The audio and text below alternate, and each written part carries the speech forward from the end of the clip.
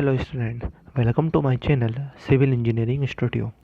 Civil engineering studio में आप सभी का स्वागत है। स्टूडेंट, जैसे कि आप स्क्रीन पर देख पा रहे हैं कि आज का हमारा टॉपिक है वर्चुअल वर्क पर एक न्यूमेरिकल, है ना। इट मीन्स हम डिस्प्लेसमेंट निकालने वाले हैं। तो हम किस तरीके से एक फ्रेम में हॉरिजॉन्टल एंड वर्टिकल डिस्प्लेसमेंट निकाल सकते हैं, फाइंड आउट कर सकते हैं, इसके बारे में हम आज इसमें बात करने वाले हैं। साथ ही साथ इसमें हम साथ एक न्यूमेरिकल भी करेंगे कि हम किस तरीके से वर्टिकल डिफ्लेक्शन निकाल सकते हैं, हॉरिजॉन्टल डिफ्लेक्शन निकाल सकते हैं या डिस्प्लेसमेंट निकाल सकते हैं। ठीक है ना। तो चलिए आज का हम टॉपिक स्टार्ट करते हैं। इसके पहले यदि आप हमारे चैनल पर नए हैं, पहली बार आए हैं, तो वीडियो को लाइक कीजिए, चैनल को सब्सक्राइब कीजिए और साथ ही साथ बेल आइकन को भी हिट कीजिए ताकि आप हमारी नोटिफिकेशन सबसे पहले आप तक पहुंच जाए। तो चलिए आज का टॉपिक स्टार्ट करते हैं। तो देखिए, आपके सामने एक क्वेश्चन है, a vertical load W is applied to the cantilever frame. एक W लोड है, वर्टिकल W लोड है जो एक रिजिड कैंटिलीवर फ्रेम पर लग रहा है। ठीक है ना। उन्होंने बोला है assuming EI to be constant throughout the frame. हमें EI क्या है, ये एक कांस्टेंट है। इस कांस्टेंट को हमें क्या करना है, थ्रू आउट इक्वल मानना है, मतलब कांस्टेंट है, इसकी कोई वैल्यू इन्होंने नहीं दी है। तो हमारे जो भी आंसर आएंगे वो सब EI बेस्ड आएंगे। ठीक है ना। Determine the horizontal and vertical displacement of the point C। आपको एक फ्रेम दिखाई जाएगी, उसमें C पॉइंट के अलोंग आपको हॉरिजॉन्टल और वर्टिकल दोनों डिस्प्लेसमेंट निकालना है। तो चलिए आज का हम टॉपिक स्टार्ट करते हैं। आई होप आपको ये क्वेश्चन समझ में आया है ना। अब इसका सॉल्यूशन कैसे होगा ये हम देखते हैं। तो देखिए, अभी मैं आपको यहाँ पर एक फ्रेम बना के दिखा रहा हूँ। ठीक है ना, जो क्वेश्चन में आपको गिवन है। ठीक है, ये एक आपकी क्या है, फ्रेम है। यहाँ पर एक W लोड लगा है, ये पॉइंट C है, ये फिक्स्ड पॉइंट है। ठीक, इसको जब मैं ऐसे हेस्टिंग करता हूँ तो समझ जाना कि ये क्या है, फिक्स्ड पॉइंट है। ठीक है। अब यहाँ पर आपको क्या है, B पॉइंट है, ये B पॉइंट है। ठीक है। B पॉइंट के बाद आपको कुछ वैल्यू उन्होंने दी हुई है। इसकी जो लेंथ है उन्होंने बोला है कि ये है L/2। ठीक, और ये वाली जो लेंथ है इधर वाली वो है L। ठीक, ये क्या है आपकी L है।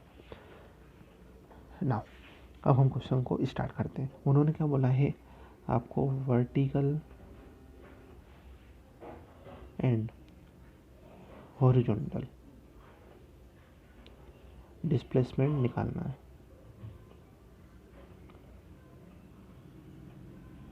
ठीक है। तो हम सबसे पहले क्या निकालेंगे, वर्टिकल। क्यों निकालेंगे सबसे पहले वर्टिकल, क्योंकि हमें वर्टिकल लोड दिया हुआ है, यहाँ पर हॉरिजॉन्टल लोड नहीं दिया हुआ है। तो हम किस तरीके से डिस्प्लेसमेंट निकालेंगे ये भी हम देखेंगे। ठीक है ना। नाउ तो हमारा जो क्वेश्चन सबसे पहले स्टार्ट होता है वो है वर्टिकल डिफ्लेक्शन। तो आप यहाँ पे हेडिंग डालिए, vertical deflection at point C point पर हमें क्या निकालना है, डिफ्लेक्शन निकालना है। ठीक, अब एक इक्वेशन होती है जिसको हम बताते हैं वी नो डेट डिफ्लेक्शन किसी भी पॉइंट पर। अब यहाँ पर C पॉइंट पर बोला गया है तो हम यहाँ पे C लिखेंगे।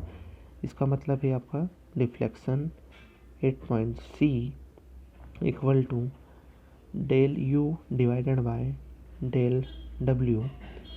ठीक, इसका जब हम डिफ्लेक्शन निकालेंगे तो एक वैल्यू या एक इक्वेशन आपके सामने आती है, उसको बोलते हैं हम integration of mx means moment about x, है ना। x डिस्टेंस पर मोमेंट क्या है, del mx divided by del W dx divided by EI। ठीक है, ये आपकी क्या है, एक इक्वेशन है, इसको आपको याद रखना है। इसको मैं मार्किंग कर देता हूँ, इसके बिना आपका क्वेश्चन नहीं होगा। ठीक है। नाउ अब हमें इसमें जो इक्वेशंस आपके पास है, ये इसमें क्या क्या बोला गया है, इसमें आपको बोला गया है कि मोमेंट निकालना है और साथ ही साथ उसका डिस्प्लेसमेंट निकालना है। ठीक, अब मोमेंट क्या होता है इसको समझते हैं। तो देखिए, मोमेंट होता है आपका load multiply by perpendicular distance. ठीक है, load multiply by perpendicular distance. It mean जैसे मान लीजिए आपकी कोई बीम है, इस पर लोड लग रहा है, मान लीजिए यहाँ पर लोड लगा है और ये ए पॉइंट है, ये बी पॉइंट है। यदि हमें मोमेंट ए के अबाउट निकालना है तो हम क्या करेंगे, डब्ल्यू लोड लेंगे और इसकी यहाँ से यहाँ तक की क्या लेंगे, परपेंडिकुलर डिस्टेंस। मान लीजिए यदि ये स्मॉल ए है और ये स्मॉल बी है तो हम यहाँ पे क्या लेंगे, स्मॉल ए। ठीक, ये होती है आपकी मोमेंट। तो हम यहाँ पे कैसे कैलकुलेट करेंगे, चलिए उसको देखते हैं। देखिए, हमें लेना है सबसे पहले BC स्पान। ठीक, फॉर स्पान BC। ठीक, BC स्पान के लिए हमें सारा कार्य करना है। ठीक, तो BC आपकी जो फ्रेम है, इसको मैं यहाँ पे बना के दिखाता हूँ। ये आपकी B पॉइंट है, ये आपका C पॉइंट है, यहाँ पर आपका लोड लगा है W। ठीक है, हमें BC स्पान के लिए लेना है, लोड लगा है C पॉइंट पर, तो C पॉइंट से हमें इस साइड चलना है। कौन सा, लेफ्ट हैंड साइड। तो हमने यहाँ से यहाँ तक एक सेक्शन काटा और इस डिस्टेंस को हमने क्या बोल दिया, x। ठीक है, ये हमारी x डिस्टेंस हो गई। ठीक, लेकिन इसकी जो पूरी लेंथ है वो कितनी है, L/2। ठीक, तो अब इसमें हमें मोमेंट निकालना है। तो देखिए अब यहाँ पे देखिए, मोमेंट अबाउट x, क्यों, हमें x डिस्टेंस पर आपने लिया हुआ है। ठीक है ना, x डिस्टेंस पर आपने क्या लिया हुआ है, मोमेंट लिया हुआ है। तो देखिए क्या होता है, W इंटू परपेंडिकुलर डिस्टेंस, तो W into perpendicular distance x। ठीक, अब ये लोड, देखिए ये लोड लग रहा है डाउनवर्ड। ठीक है ना, अब मोमेंट हमने x के अकॉर्डिंग लिया है और डाउनवर्ड मोमेंट के लिए हमने क्या लिया यहाँ पर, माइनस। ठीक, जब हम वर्चुअल वर्क करते हैं तो डाउनवर्ड के लिए माइनस। और यदि आप इसको ऐसे करके घुमाएंगे क्लॉकवाइज, तो क्लॉकवाइज हम यहाँ पे क्या लेते हैं, नेगेटिव। ठीक, ये कुछ एजम्पशंस होते हैं जिसको आपको याद रखना है। ठीक, mx हो गया। अब सेकंड क्या था, del mx upon del w। ठीक, इट मीन्स हमें इसका जो डिफ्रेंशिएशन है, ठीक है ना, किसका, मोमेंट ऑफ x का डिफ्रेंशिएशन अबाउट w कितना होगा, w इंटू डब्ल्यू के अकॉर्डिंग निकालेंगे तो यहाँ पर 1 और साथ ही साथ x माइनस का x। ठीक, ये होता है आपका क्या, डिफ्रेंशिएशन। ठीक, w के रिस्पेक्ट में करेंगे तो जिसके रिस्पेक्ट में करते हैं वो चीज़ 1 हो जाती है और x यहाँ पर कांस्टेंट है तो इसलिए हमने इसको कर दिया। ठीक, अब यहाँ पर इसकी जो लिमिट थी वो कितनी थी, कितने डिस्टेंस पे हमने निकाला है, 0 to L/2। ठीक, ये पूरी थी, यहाँ पर 0 वैल्यू थी और पूरी लेंथ कितनी है आपकी, L/2, तो इसलिए हमने लिमिट क्या रखी, L/2। ठीक है ना, अब हम आगे बढ़ते हैं। अब आगे बढ़ने के लिए हमें कौन सा स्पान लेना है, BC हो गया, BA स्पान लेना। तो मैं BA स्पान बना देता हूँ आपके लिए। यहाँ पर ये फिक्स पॉइंट था, ये पॉइंट A है, इसकी पूरी डिस्टेंस L थी और ये है आपका B पॉइंट। ठीक है, नाउ अब हमें क्या लेना है, फॉर स्पान BA। ठीक, मेजरिंग x फ्रॉम B। अब हमें B से लेना है। ठीक, तो B से हमें एक डिस्टेंस यहाँ पर ले लीजिए आप x, यहाँ से यहाँ तक की। ठीक, अब हम यहाँ पे वापस से वही मोमेंट निकाल लेंगे। तो मोमेंट क्या होगा, mx equal to minus w into L/2। ठीक, ये हो गया आपका मोमेंट। साथ ही साथ हम इसका क्या निकाल लेंगे, differentiation, del mx divided by del w क्या होगा, माइनस L/2, क्योंकि w तो क्या हो गया आपका 1 हो गया। ठीक है, इसकी भी जो लिमिट थी वो कितनी हो जाएगी, 0 to L। ठीक है, ये लिमिट याद रखना। ये डिफ्रेंशिएशन कैसे हुआ, जिसके रिस्पेक्ट निकालने हैं वो चीज़ क्या हो जाती है, 1। तो W के रिस्पेक्ट में हुआ है तो W 1 हो गया। ठीक है ना। नाउ अब हमारे पास जो क्वेश्चन था, मतलब जो फाइनल इक्वेशन थी वो क्या थी, डिफ्लेक्शन सी वे, मतलब vertical deflection 8.c, vertical deflection 8.c equal to, जो वैल्यू हमारे पास आई है उसको हम रख देंगे। तो पहली थी लिमिट 0 to L/2, mx की वैल्यू आई थी -wx, ठीक। Del mx divided by del w की वैल्यू आई थी -x, और साथ ही साथ dx डिवाइडेड बाय ei, ठीक। प्लस सेकंड के लिए bs स्पान के लिए 0 to L, mx की value -wL/2 in bracket -L/2 dx divided by ei, ठीक। ये तो आपकी इक्वेशन आई है, आपको सिर्फ प्लस करना है दोनों को। 2 स्पान थी इसलिए 2 के लिए करा, 3 होगी तो 3 स्पान के लिए करेंगे हम, ठीक है ना। घबराने की बात नहीं है, पूरा वीडियो इंटरेस्टिंग है, ठीक है ना। आप पूरा वीडियो अंत तक देखिए, ठीक। कुछ नहीं करा हमने यहाँ पर, सिर्फ ये वैल्यू को पुट कर दिया है, ठीक है। 2 स्पान थे इसलिए 2 इक्वेशन बनी, 3 स्पान हो गए तो 3 ही बनेगी, ठीक है। नाउ अब हम आगे बढ़ते हैं। इसको हम जब सॉल्व आउट करेंगे तो आपको इक्वेशंस मिलेगी। डब्ल्यू ई आई को हमने बाहर निकाला, WL/2 x² dx, ठीक। x का डिफ्रेंशिएशन अभी हम इंटीग्रेशन हमने निकाला नहीं, तो अब अभी हम निकालते हैं, ठीक। आगे देखते रहिए। Plus WL² divided by 4ei 0 to L dx, ठीक है। ये तो इक्वेशन हमने सॉल्व आउट करी। अब हमें क्या करना है, इसका हमें इंटीग्रेशन निकालना है, ठीक है। अब देखिए, अब यहाँ पर क्या है, देखिए तो WEI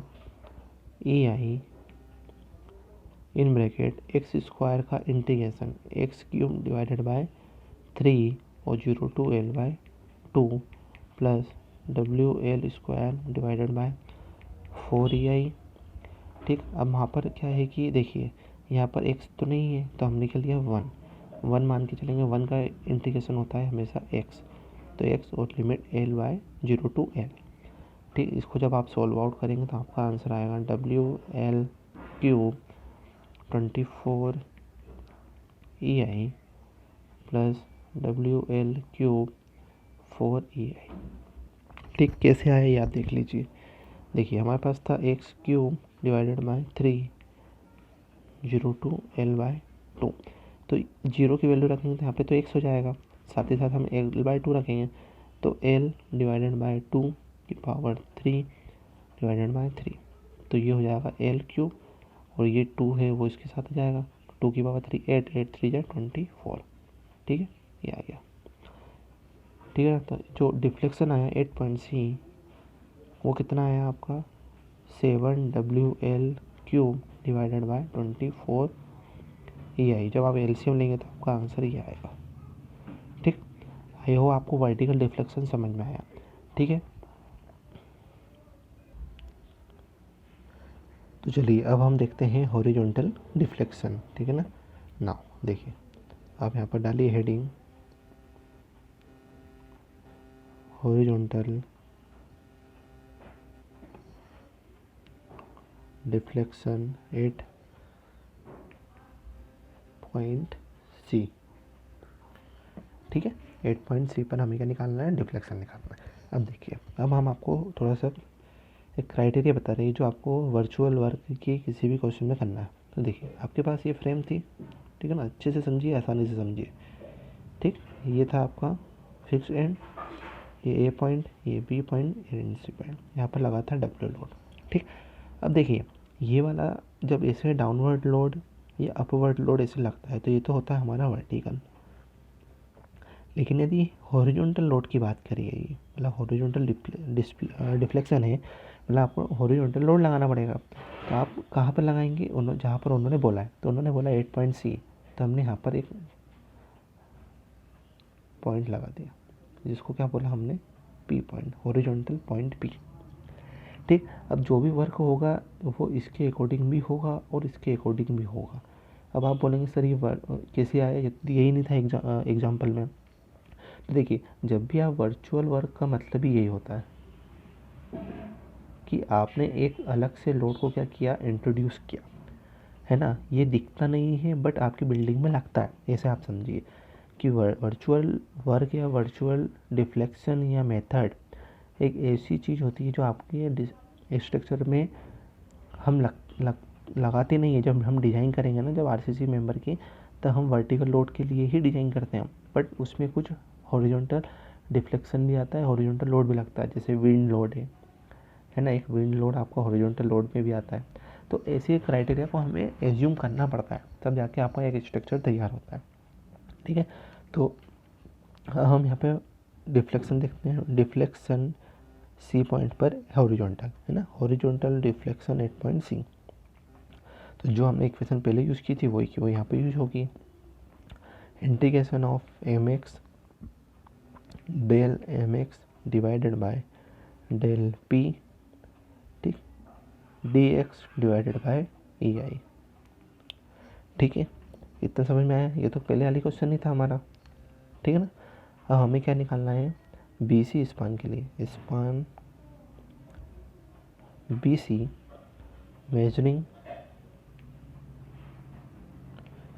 measuring X from C, ठीक है ना। जैसा हमने इसमें किया था वैसे ही हमें सेम इसमें करना है। तो ठीक है, हम कर लेते, वैल्यू तो वही आएगी ना सब सेम, क्योंकि हमें वर्टिकल के लिए निकालना है अभी। तो ये हो जाएगा M X minus W into X और डेल एम एक्स डेल, और वहाँ पे क्या था, डब्ल्यू था, यहाँ पे क्या आएगा पी, ठीक है ना। तो पी के लिए यहाँ पर आप जब इसका डिफ्रेंशिएशन करेंगे इस चीज़ का, तो क्या आएगा 0। क्यों, क्योंकि वहाँ पे पी के रिस्पेक्ट में कोई भी वैल्यू नहीं है। वहाँ पर डब्ल्यू के रिस्पेक्ट में डब्ल्यू था, इसलिए 1, डब्ल्यू को 1 करके एक से लाए थे। ठीक, लिमिट कितनी आएगी इसकी, लिमिट आएगी आपकी 0 to L/2। ठीक, यही आपका डिफरेंस है कि आप जब हॉरिजॉन्टल निकालेंगे तो यहाँ पर P आएगा, वहाँ पर W आएगा। सेम इसी प्रकार से हम स्पान बी ए के लिए कर सकते हैं। Span B A measuring from B, measuring X from B, ठीक, सेम आएगा M X equal to minus W into L/2। ठीक, नाउ माइनस, क्यों, क्योंकि आपको हॉरिजॉन्टल के लिए भी निकालना है। हॉरिजॉन्टल फोर्स के लिए आपको क्या करना पड़ेगा, P इंटू एक्स। ठीक, देखिए आप इसको यहाँ पर समझिए, अच्छा आप इसको अलग से फ्रेम में समझिए। देखिए ये फ्रेम थी आपकी, फ्रेम में हमने यहाँ पर लगाया था आपका P लोड, ठीक, और डिस्टेंस आपकी ये वाली एक्स, ये वाली एक्स। तो ये वाली जब लेंगे हम तो P, और इसको आप ऐसे घुमा दीजिए क्लॉकवाइज, तो P इंटू एक्स, तो परपेंडिकुलर डिस्टेंस क्या हो जाएगी आपकी ये, और ये क्या हो जाएगा आपका क्लॉकवाइज। क्लॉकवाइज क्या लेते हैं हम, माइनस, तो इसलिए हमने यहाँ पे क्या लिया, माइनस। तो ये इक्वेशन आपकी निकल गई। ठीक, इसको हम क्या निकालेंगे, डिफ्रेंशिएशन निकालेंगे। ठीक है,